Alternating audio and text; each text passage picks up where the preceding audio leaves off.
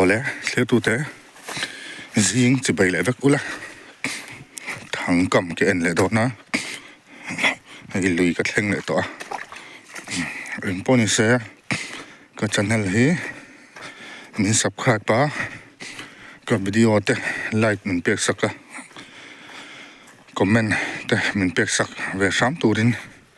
in khongai na karon dil zel cheu ani a in poni se kan enanga hi lai vel khen lui kama pani chu ka da lai lui kam mai hen ka kama i thing tu luang te po sei do mai lian pui mai om hai khoya tak khan nge ka kam kha hele manin ka sia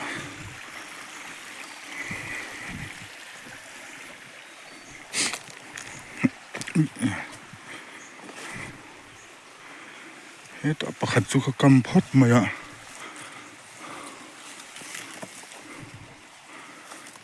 lo per thel an zia lo ni lo per thel dei lo ma lo kang vu me ta ka kam kha ho le mai không ai pakhat khu ta ning ka sia zu en le lok nga hei chu per tlat lo mai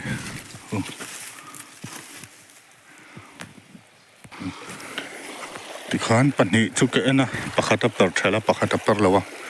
khil ma hen ka kama kan chawlon ni chawang a hei tumbu ka mu lawa kan na le zoi ni hei dan pakhat ka kam a kan en ha la ka ha ta hle mai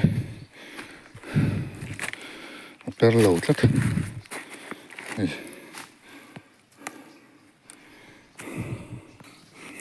ton pakhat ka kam boka ai popper chuang lo tlat mai na hu sutang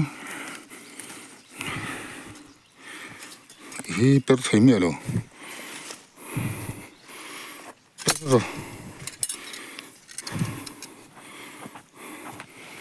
hi popper chuang lo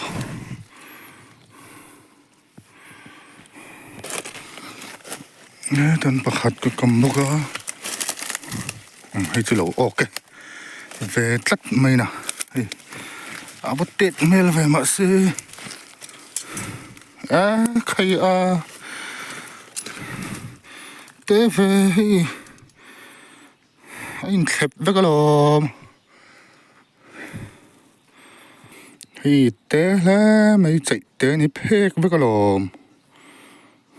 khat lo ta khon pakhat lo ok le nge maya sei po lian chuang lo hu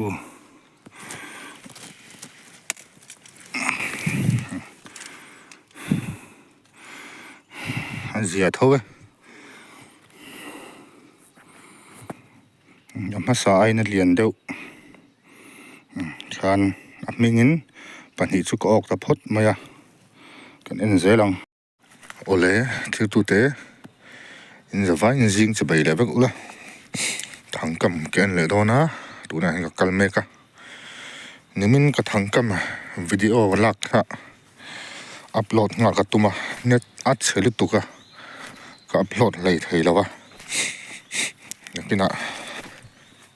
karon la upload rualang nimin ami la tukin ami karon da zom don lawa asan ve ven karon up ton ani ang puni se ka channel hi min la subscribe lo zong zong te min subscribe pa ka video te like comment share min pek sak zel turin karon ngen mol mol cheu ani puni se kan kalanga ko ok mo ok lo mo karon upload zel don thau ni en ngal phot meng kor chho ang nga ka kama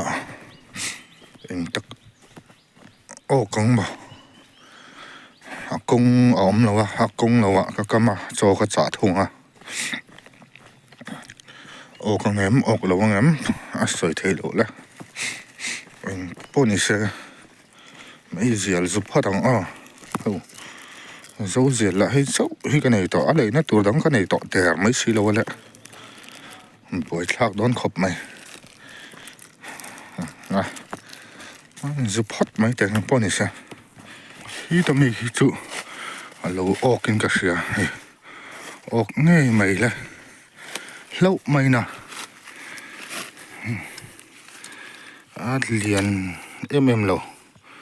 rồi trăng anh này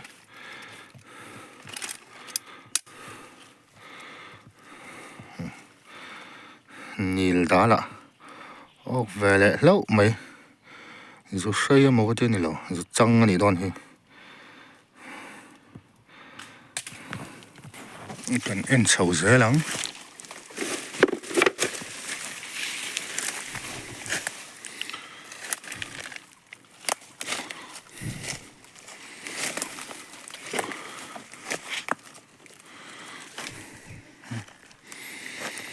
tôi mới chụp tờ lâu lắm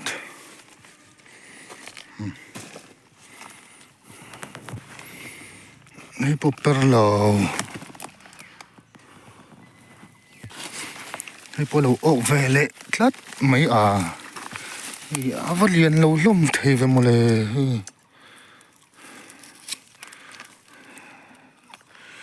liền lâu lắm chín thế mày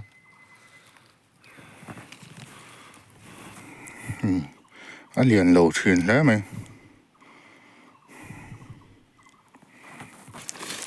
mấy chục tờ lâu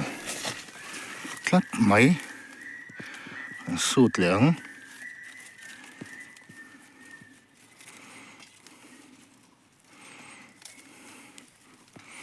perro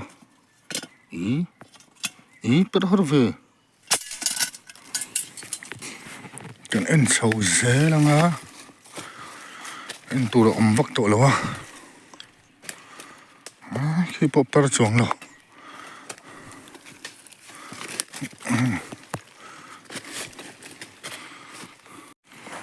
thằng last nó bờ ốc lâu lát mẹ ốc lâu anh nhỉ cái thằng cầm sự kiện giấu lại tập hốt mày lẽ